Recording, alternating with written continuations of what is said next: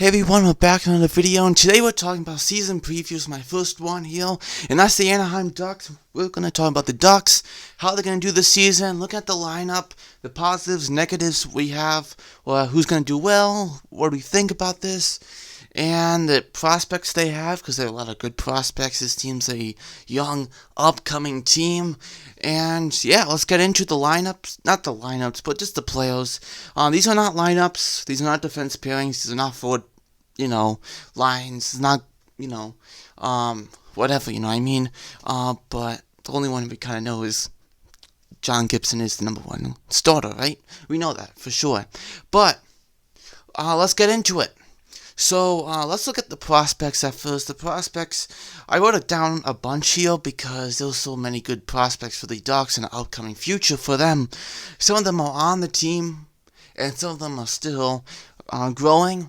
Some have played last year, yes, but still considered prospects until this coming year, and then they'll show they're still prospects. They play in the AHL, they play mostly in the NHL, but let's look at the prospects. We have Trevor Zegras, projected to be the number one future center, and it has looked like that. You look at what he did in the World Juniors was absolutely fantastic, winning the gold over Canada. They were U.S., of course, Zegras on the U.S. team, but this is the passing ability, what he can do, setting up players. It's just so much fun to watch what he has done. He's still trying to do that right now, but he has shown some good glimpses in the NHL for sure, and can be a really solid, at least a solid player in the NHL. Look at the next one, a defenseman, Jamie Drysdale, definitely a top four defenseman in the future, but definitely could play next year. He played like Trevor Zegras this year, a similar amount of games or so, one or two less, or maybe more, I don't know. But Drysdale played really solid. He has a right shot from the point. That's really good to have him, and he plays really solid, and he has shown that already in the NHL, which is good to see. Next is Jacob Parole. He has not played in the NHL yet, but he's a really solid. He'll definitely be a top six winger for the Ducks. They need that. You look at the Ducks forwards, the wingers, they need help. Raquel, how much longer he's going to stay there? Not really, right? Comswell, they signed up good. Milano, not the best. Max Jones, still trying to do something. But on that left side, they could use help, and Parole could be that guy in the future. Same thing with Brendan Tracy, another left winger would be nice to have. For sure. See how he does. I only have Lucas Dorsal, who is a goalie, and he's a, not bad prospect here. And it looks like he'll be playing the AHL next year. But we'll see what he can do in the AHL. Why not? With the San Diego Goals. Why not? And see how he does. And if you want to give him a shot, you can. That is definitely a possibility. And you have Cogliano there. He played in the NCAA, yes, last year. Played really solid. Probably another year with the NCAA. And then we'll see what he does from there. And you can put him right into your lineup. He's a winger. Nice to see that. And this year from the draft, the Ducks select third overall, Mason Mctavish, this big guy down the middle. And I can see the idea what the Ducks are trying to do here. Have a top two centers of Zegras and Mctavish would be perfect. And it'd be absolutely fantastic to have that. And then you have Jacob McCom, who, he's a defenseman, really solid. He plays next year. I don't know if he plays in the AHL next year. I'm not sure what's up with him, but definitely it'll be nice. Mctavish could play next year, maybe. I think he signed his entry-level deal, so he could play in the AHL or the NHL. We'll see what happens. Or maybe he goes back to NCAA. Whatever, we'll see. So those are some great prospects there, just some top prospects. It's hard to just pick out three because they're really all great in that list for sure. Moving on to the forwards, looking at down the left wing. These are not lineups like I said, so just how they are. Raquel, Max Comswa, Sonny Milano, Max Jones, Nicholas Deloyer, and then we have Volkov there. I like Volkov. He was from the Lightning. They traded him for Moran in a 7th round pick or something like that, I believe. To the Lightning. For Volkov, he had like 8 points in 20 games. So, hey, not bad pickup. The Lightning have some great, heavy top 9 players last year. And you don't have a chance. You don't get that chance, right? And then you come to a team like the Ducks who will, take the minutes. and you get all the time you want, and you can just play whatever you want. And you won't be getting, as competition as the Lightning would be like, well, that's my spot. You're not taking my spot. I can, plot all these goals. You're not taking that spot. You know what I mean? So we'll see what happens. But definitely Volkov would be interesting. Delorier's a fourth liner. Really gritty guy in the corners. Fourth line, grind him. He was with Montreal. Seeing what he's done. He never got back to that 17-18 season with 10 goals, and it was a plus-minus. It was a really good plus in that 17-18 season, despite what Montreal was. They were mostly minuses. But that's a whole side story there. Max Jones was picked in 2016 in the draft, but he's still trying to get himself somewhere in the NHL regular spot. He's been sent down a lot, up and down. This is my year to say, show it. I want to see. See what he can do. Hopefully he can have a breakout year. Sonny Milano, he's up and down. Was with the Blue Jackets and came, Blue Jackets. He played really well. He was solid there, and then he fell off the table. Just fell off. And then he went to the Ducks, played really well. Now we haven't heard about him much. So he's very up and down. Looking at Max Comtois. Max Comtois has been a solid top 6 winger for the Anaheim Ducks. Really solid, not bad. Has just signed a contract. 2 million. What was it? 2 million. 2 point something, I forget. 2.5 or something. Really solid pickup there, or signing, I should say, for sure.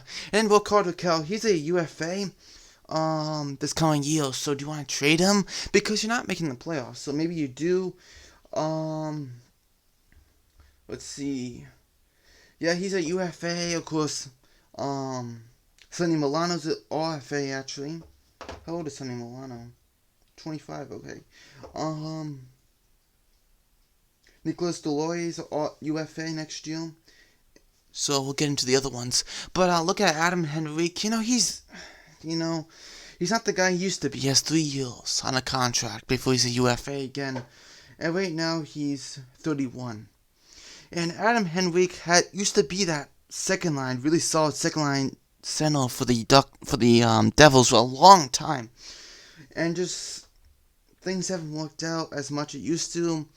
He had 43 points 2 years ago, 21 points last year.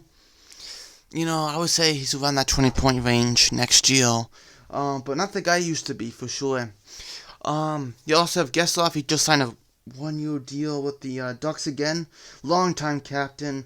$3 million for a year. Just try to be, helpful to the Ducks. Like, if you want to keep me, if you don't want me, I totally understand. Low cap it, no problem. Derek Grant is a solid, bottom 6 guy. 4th liner. Not bad there, for sure. I would say Zegras probably takes that 3rd line or 2nd line. Easily by the end of the year, he could be number 1 center, for sure. But we'll see how that goes and where Henrique lands and Will Grant and Getzlaf land after Zegras takes that 1st line spot. You look at Steele there. Where does he fit in?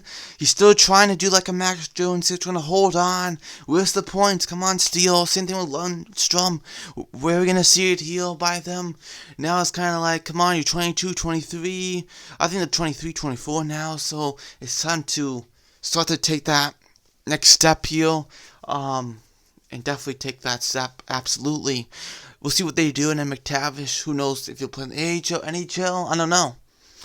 But, Steele and Lundstrom really have to step it up. Take those spots, because they definitely have a chance.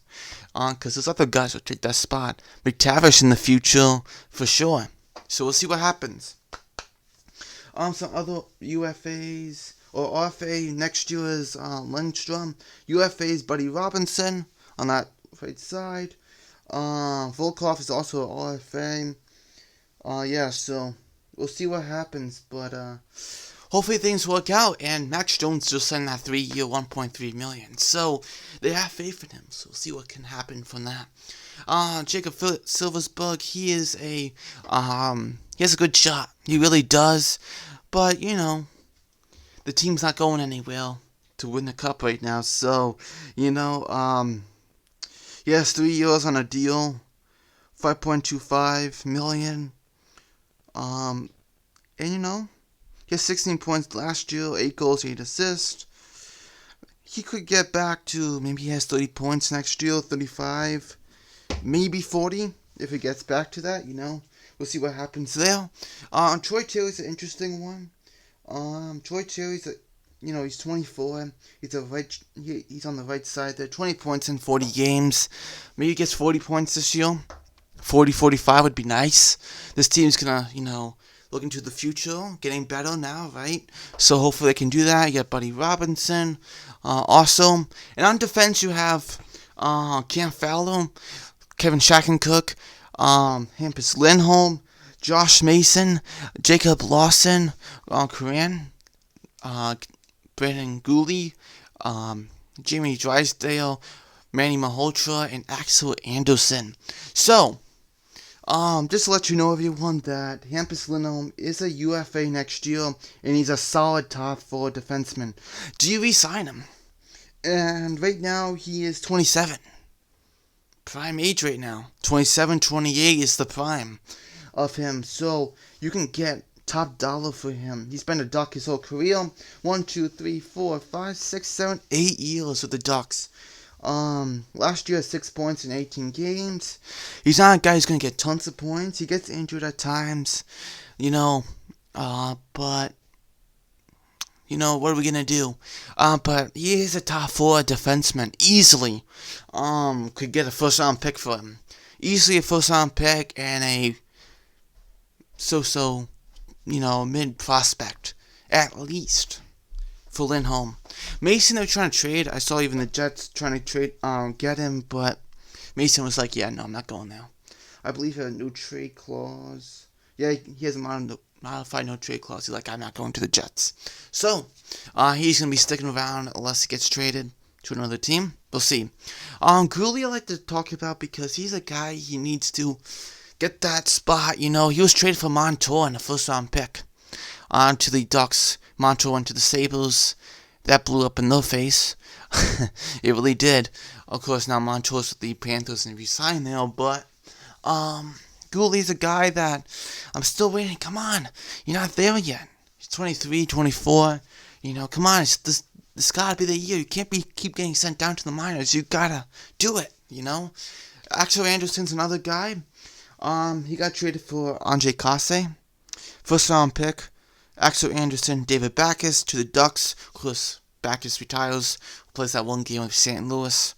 But, we'll see what Axel Anderson can do. Malhotra's an interesting one. I'd like to see him make the lineup and put some useful impact into the lineup for sure. I hope so. And then for the goalies, you have John Gibson, Anthony Stolarz, who basically started to take that spot off of Ryan Miller, who retired now. And you have Lucas Dorsal, maybe he gets a spot, maybe he gets a couple of games. Hey. And you have also Dury there and Oli Erikssonek. So, you have some options here, for sure. What do you do about Gibson? Right now he's in his prime of his career, right? Right now he's 28, exactly in his prime of his career, and this team's in a rebuild, and he's getting a little frustrated, I think. So do you trade him? He has 6 years left. Yeah, brings him up to 34, so I don't know. He hasn't been the best the last couple of years, but he's on a team that's not very good. So do you trade him? Do you get something good? Maybe the Oilers want him, which they could definitely use a guy like him. What do you think? Because that's an interesting one for sure, right? If you at least see Dorsal there, Lucas Dorsal, become like, alright, this guy's really doing good in AHL, play some good games in AHL, this guy could be our guy, and eventually you can trade Gibson away, because he's not winning a cup here with this team, with his prime, right? So, we'll see what happens there. Or even Oli Erikssonek or Dury there. Who knows? Maybe. Looking at the projection, what do I say for the Ducks? Look at the Western Division for the NHL. Western Division. I know the Western Division, but I just gotta think here. Alright, you got the Ducks, Flames, Oilers, I know this, yeah. And also the Kraken are there. You don't have, the Coyotes anymore, that's right. but you do have Seattle. So, I'll probably have to say Vegas one, maybe.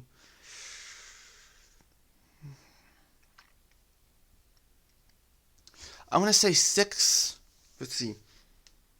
I'm gonna say like 6 in the Pacific.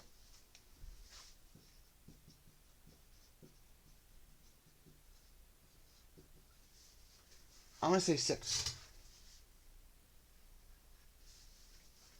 And of course, this team's still a rebuilding team.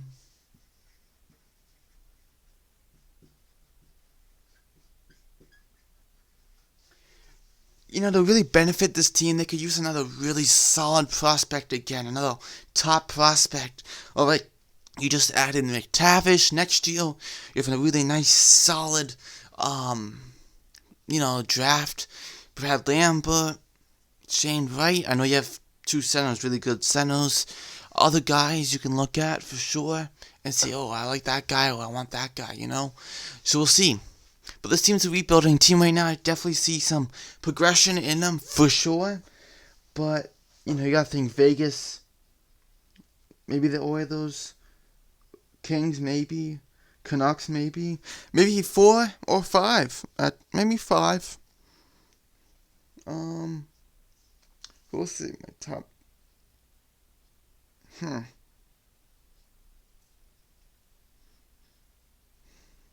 That's a tough one.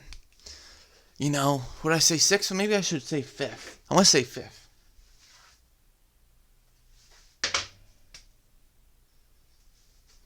But not a wild card spot. No, not a wild card spot. I say 5th, no playoffs, but progression has been made. You see the young players doing better. That's great, right? So thanks for watching. This is NHL News Sports.